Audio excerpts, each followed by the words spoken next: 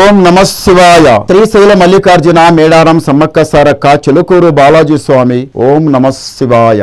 గోపురం టీవీ చూసే వాళ్ళ ప్రేక్షకులందరికీ నమస్కారం. నా పేరు రామ్ శాస్త్రి. చిలక జోషం అంటండి ఆ కాలంలో ఉంది, ఇప్పుడు గుడుక ఉంది, ఇక ముందు గుడుక ఉంది. చిలక జోషం అంటండి నిజం ఉందండి, నమ్మండి, వినండి. 12 రాసుల మీద ఈ రాశి మీద గురుబలం ఎంత ఉంది, ఈ రాశి మీద శని బలం ఎంత ఉంది, ఈ 12 రాసుల మీద ఈ వారం రోజుల ఆగస్టు నెల 17 నుంచి 23 వరకు ఏ పని చేస్తే లాభం అవుతుంది, ఏ పని చేస్తే లుక్సాన్ అవుతుంది, 12 రాశుల మీద ఈ రాశి మీద గురుబలం ఎంత ఉంది, ఈ రాశి మీద శని బలం ఎంత ఉంది, మంచి ఎంత చెడు ఎంత, సుఖం దుఃఖం లాభం లుక్సాన్ చెప్తా వినండి. ఈ చిలకమ్మ కర్కట రాశి వాళ్ళ జ్యోతిషం, కర్కట రాశి వాళ్ళ భవిష్యవాణి, కర్కట రాశి వాళ్ళ గణితవాణి. తీ చిలకమ్మ కర్కట రాశి వాళ్ళ జ్యోతిషం ఎట్లా ఉంది, భవిష్యవాణి ఎట్లా ఉంది, తీ చిలిక.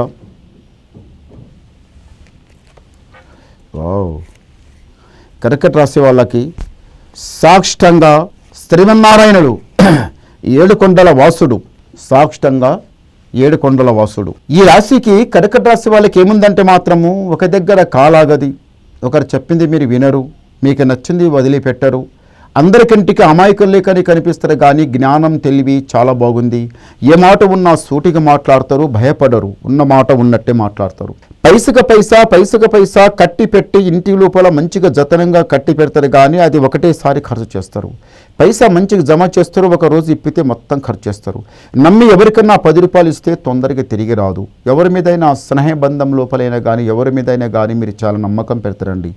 ఈ కర్కట రాశి వాళ్ళు ఎట్లా నమ్మకం పెడతారంటే మనస్ఫూర్తిగా నమ్మకం పెడతారు. కొందరు ఏం చేస్తారంటే పైన ఒకటి పెట్టుకుంటారు, మనసులో ఒకటి పెట్టుకుంటారు. మీ దగ్గర అట్లా కాదు.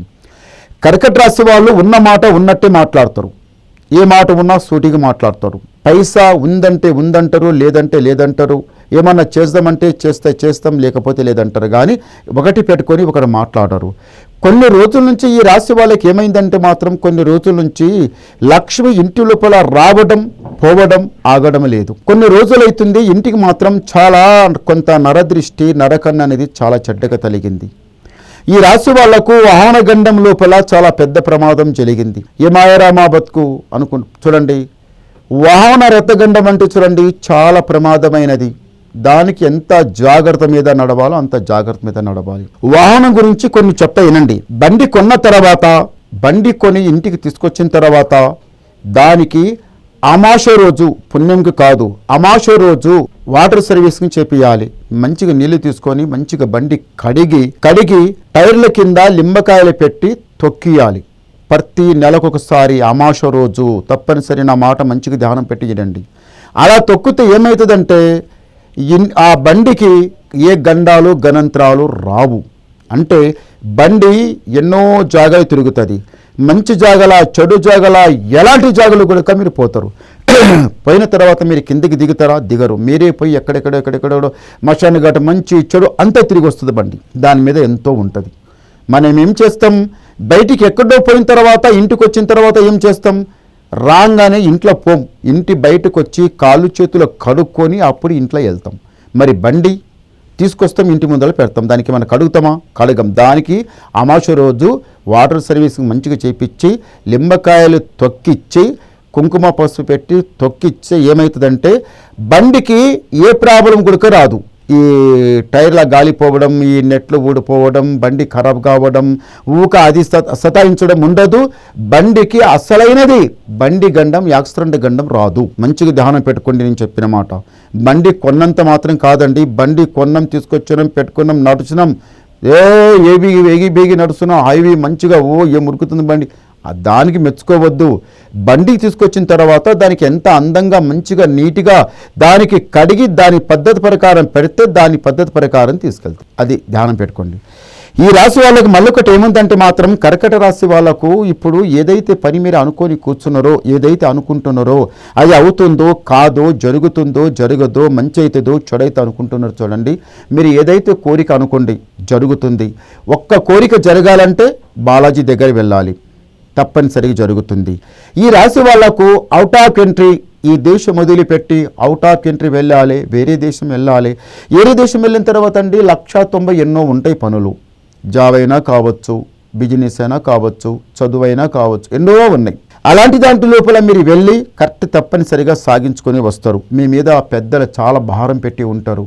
చూడమ్మా చూడనైనా వెళ్ళండి అని వాళ్ళు 12 షరదా పడి ఎక్కడో అప్పో సొప్పో తీసుకొచ్చి డబ్బు తీసుకొచ్చి మీకు అక్కడ పెట్టి మీకు పంపించిన తర్వాత మీరు ఖాళీ చేతుల నుంచి వెళ్ళి ఖాళీ చేతుల నుంచి వస్తే కాదు. అక్కడికి వెళ్ళిన తర్వాత కూడా నాకు అమ్మ నాన్న మాకు గుర్తుకొస్తుండ్రు, మా దేశం గుర్తుకొస్తుంది, నేను వెళ్తా, నేను మాత్రం అనకండి. అది కరెక్ట్ కాదు. అది తెలివి లేని వాళ్ళు అంటారు, తెలివి ఉన్న వాళ్ళు అట్లా మాట్లాడరు. వెళ్ళిన తర్వాత కష్టపడి ఏదో రాత్రి పగలో కష్టపడి 10 రూపాయలు సంపాదించుకుని వస్తే పెద్దల మనసు యథార్థంగా ఉంటుంది, మీ మనసు కూడా యథార్థంగా ఉంటుంది. వెళ్ళండి, చాలా బాగుంటుంది. ఈ రాశి వాళ్ళకి మళ్ళీ ఒకటి ఏముందంటే మాత్రం కొన్ని రోజుల నుంచి మాత్రం ఎలా వచ్చింది అలాగే పోతుంది. కొంచెం ఆరోగ్యం దెబ్బతింటుంది, మనసు శాంతం ఉండటం లేదు, చేపెట్టిన పని కలిసి రావటం లేదు, ఇంట్లో బరకత ఉండటం లేదు, మనసు శాంతం ఉండటం లేదు, ఇంట్లో పైసా కంటి కనిపిస్తలేదు. ఎలా వచ్చింది అలాగే పోతుంది. ఏమాయరా ఎట్లాయరా అని ఊక ఆలోచించడం, దమాగ్ ఖరాబ్. నా వాళ్ళు, నా బంధు, నా బలగం అనుకున్న వాళ్ళు ఎవరు 10 రూపాయలు సాయం చేయరు. సాయం చేసినా గొంతు మీద వచ్చి కూర్చుంటారు. అప్పు ముప్పు, అప్పు గొంతు మీద కత్తి. అది ఈ అప్పు మీరు తీసుకొచ్చిండు అనుకోండి, వాడు వచ్చిననుకో అప్పులోడు, మీరు ఎంత అమృతం తిని కూర్చోండి, వాని 2 మాటలకి మీ మాట మీకు మొత్తం తిన్నదంతా ఇష్టమైపోతుంది. వాని మాట ఎట్లా ఉంటుంది తెలుసా? ఇస్తావా సస్తావా, ఈ పైసా నేను ఇచ్చిన పైసా, నేను ఎంత కష్టపడ్డా, నేను ఎంత బాధపడ్డా, నేను ఏమేమి చేసుకుని వచ్చినా, నేను ఎట్లా చేసినా అదంతా నీకు ఇస్తే నేను ఇచ్చిన డబ్బులు నేను తీసుకొని మంచిగా తిని తాగి నిద్రపోతున్నావా? ఇచ్చిన అప్పు ఉన్నవాడు నీకు కంటి వాడు 12 మాటలు 1,00,000 మాటలు మాట్లాడతాడు.